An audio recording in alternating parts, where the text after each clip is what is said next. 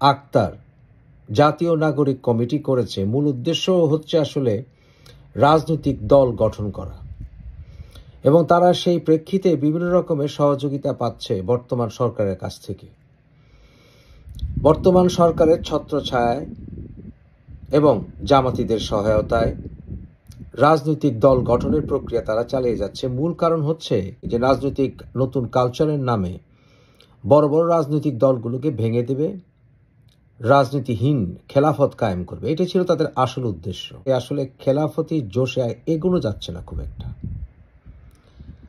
Election হতেই হবে এবং ইলেকশনে বিএনপি আসবে। বিএনপি এলে ওরা যে বিএনপিকে খোঁচা দিয়ে কথা বলেছে এবং অপরদিকে আওয়ামী লীগের পুনর্বাসনের ক্ষেত্রে তারা যে বিরোধিতা করেছে, রাজনৈতিক দল তাদেরকে করতে হবেই তারা মনে করছে। এই জন্যই যে তারা এত বাড়াবাড়ি করছে ইদানিং, যে আসলে যদি নতুন সরকার আসে তাদের টিকে থাকা মুশকিল হবে।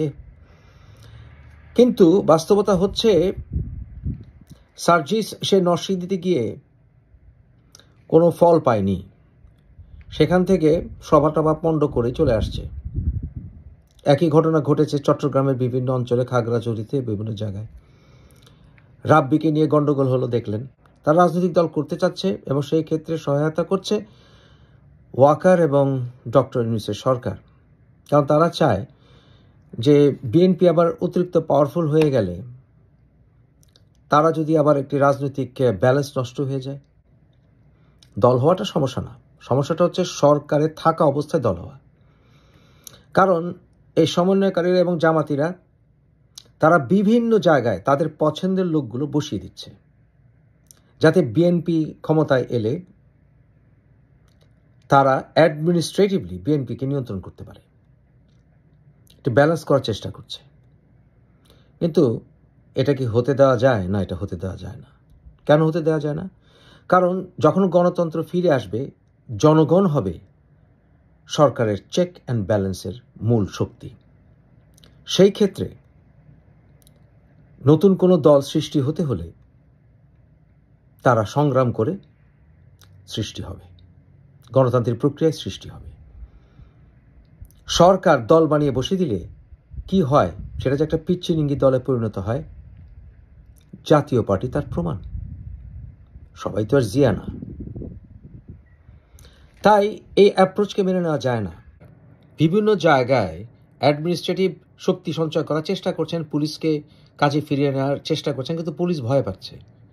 আসলে দলীয় সরকার না থাকলে, দলের সমর্থন না থাকলে, জনসমর্থন বা মানুষের প্রোটেকশন নিয়ে অ্যাডমিনিস্ট্রেশন কাজ করতে পারে না। তাই দলীয় শাসন ছাড়া দেশে পরিপূর্ণ শান্তি আসবে না। আরেকটি উপায় হচ্ছে মিলিটারি শাসন। সেটা তো আমরা চাই না, তাই না? খেলাফতি জোশকে কেন মেনে নেওয়া যায় না? কারণ হচ্ছে কোরআন এবং হাদিসে স্পষ্ট নেই কোন প্রক্রিয়াতে খেলাফত প্রতিষ্ঠিত হবে। তাই ইসলামী দলগুলোর ভিতরে খেলাফত প্রক্রিয়ার পন্থার ভিতরে মতনৈক্য আছে, তাদের বিভিন্ন আকিদার প্রবলেম আছে। একজনের সাথে আরেকজনের, একজন অনেক ক্ষেত্রে নাস্তিক পর্যন্ত টাইটেল দিয়ে দেয়, তো সমস্যা।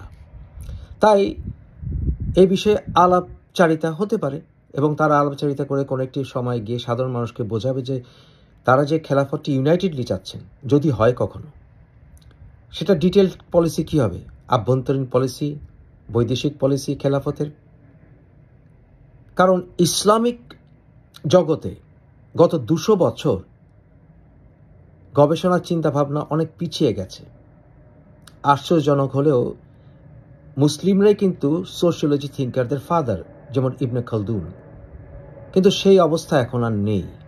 গত 200 বছর মুসলিমদের রাজনৈতিক চিন্তাভাবনার ফিলসফিতে অনেক দুর্বলতা দেখা দিয়েছে। তাই সেখানে কনফিউশন, আলোচনার অভাব, অনেক প্রজ্ঞাবান ইসলামী ব্যক্তিত্বের অভাব। তাই সেটাও সফল হচ্ছে না। আগে ক্ষমতায় যাই, যেমনে তেমনে হোক, তারপরে গিয়ে আমরা আলোচনা করব দেশ কোন ইসলামিক ফিকাতে পরিচালিত হবে, সেটা হয় না। মানুষ এটা গ্রহণ করবে না। এখন যদি ধরুন জামাত দেশ চালাচ্ছে, জামাতের আকিদার ব্যাপারে চরমোনাইয়ের তীব্র বিরোধিতা আছে, বা ধরুন চরমোনাই গেছে ক্ষমতায়, চরমোনাইয়ের বিরুদ্ধে তরিকত ফাউন্ডেশনের বিশাল প্রবলেম আছে, বা আহলে সুন্নাত ওরা গেল ক্ষমতায়, জামাত তাদের তীব্র বিরোধিতা করবে, ওয়াহাবিরা তীব্র বিরোধিতা করবে। তাই একটি সুনির্দিষ্ট কোনো অ্যাপ্রোচ বা পন্থা দেশ পরিচালনার ক্ষেত্রে ইসলামিক দলগুলো যতক্ষণ পর্যন্ত না জাতিকে ওয়াকেফাল না করবে সেই বিষয়ে জাতি তো সিদ্ধান্ত নিতে পারবে না। কারণ খেলাফত শুনলেই এখন যেন কেমন ভয় লাগে। বাস্তবতা হচ্ছে ভয় লাগে, নারীরাও ভয় পায়, অন্য ধর্মের মানুষরাও ভয় পায়, কিন্তু সেটা তো হওয়ার কথা ছিল না। অটোমান খেলাফতের সময় তো ইহুদিদেরকে অটোমান খেলাফতই সবচেয়ে বড় আশ্রয় দিয়েছিল, ইস্তাম্বুলে, আলেকজান্দ্রিয়াতে। কিন্তু ওই যে স্টলড হয়েছে, আটকে পড়েছে, মডার্নাইজ তো করা হয় নাই খেলাফতের চিন্তাভাবনাকে। খেলাফতের চিন্তাভাবনাকে মডার্নাইজ করতে হবে। ইউরোপিয়ান ইউনিয়নটা কি? তারা দাবি করে যেটা খ্রিস্টান ভ্যালুজের উপর প্রথিত, এটা এক ধরনের খ্রিস্টান খেলাফত, কিন্তু সেটাকে মডার্নাইজ করেছে মুসলমানদের থেকে। অনেক ক্ষেত্রে তারা মুসলমান স্কলারদের কাছ থেকে অনুপ্রেরণা নিয়েছে, যেমন ইবনে তোফালের কাছ থেকে। সেটা কেমব্রিজ ইউনিভার্সিটির গবেষণা স্বীকার করে। কিন্তু আনফর্চুনেটলি মুসলমানরা খেলাফতের চিন্তা ভাবনায় যে সমস্ত মুসলিম দেশগুলো একসাথে থাকবে, থাকা উচিত, কিভাবে থাকবে, কিভাবে অমুসলিমদেরকে তারা রক্ষা করবে, কিভাবে সবার সম অধিকার রক্ষা করবে ইসলামের চিন্তা ভাবনায়, সেই বিষয়ে তো আসলে গবেষণা করেনি। যতক্ষণ পর্যন্ত এই গবেষণা না করবে ততক্ষণ পর্যন্ত সুশিক্ষিত রাজনৈতিক প্রজ্ঞাবান মুসলিম ব্যক্তিত্বরা এই খেলাফতকে সমর্থন করবে না। সমস্যা তো সেখানেই। যারা মাজারপন্থী, যারা ওলিয়া আল্লাহদের মাজারে যান, তারা ভয় পাচ্ছেন যে এই গোষ্ঠী যদি ক্ষমতায় যায় তাহলে যে শত শত বছর ধরে তারা আউলিয়াদের দরবারে যাচ্ছে, গান গাইছে, ওখানে গান গাইলেই কি গুনাহ হয়ে গেল? মাজার প্রাঙ্গণকে যদি পরিষ্কার পরিচ্ছন্ন ইসলামী পরিবেশ রাখার জন্য এবং এটাকে অনেক ক্ষেত্রে যারা কিনা ব্যবহার করে বিভিন্ন রকমের সমাজ বিরোধী কাজের জন্য, সেই ক্ষেত্রে সহায়তা না করে মাজারগুলো ভেঙে দিচ্ছে, যখন ইমাম বুখারীর কবর উঁচু হয়ে দাঁড়িয়ে আছে, অনেক নবীর কবর পৃথিবীর বিভিন্ন প্রান্তে মুসলিম বিশ্বে উঁচু হয়ে দাঁড়িয়ে আছে, সেগুলো দাঁড়ানোর যুক্তি কি? তাহলে কি এখানে সীমাবদ্ধ থাকবে, নাকি জাতীয়ভাবে গান হারাম করে দিবে, নাচ হারাম করে দিবে, দুদিন পরে বাংলাদেশের সংস্কৃতিকে হারাম করে দিবে, আর আমাদের বাংলাদেশের নতুন বছর আমরা বরণ করতে পারবো না? ব্যাপারটা কি পর্যায়ে চলে যাবে? তাহলে কোন পর্যায়ে গিয়ে ঠেকবে? তালেবানের শাসনের মতো মেয়েরাকে ইউনিভার্সিটি যেতে পারবে না, এই সকল চিন্তা ভাবনা মানুষের মনে আছে। তাহলে কি জোরপূর্বক তাদের অনুবাদিত ইসলাম আমাদের উপর চাপিয়ে দিবে?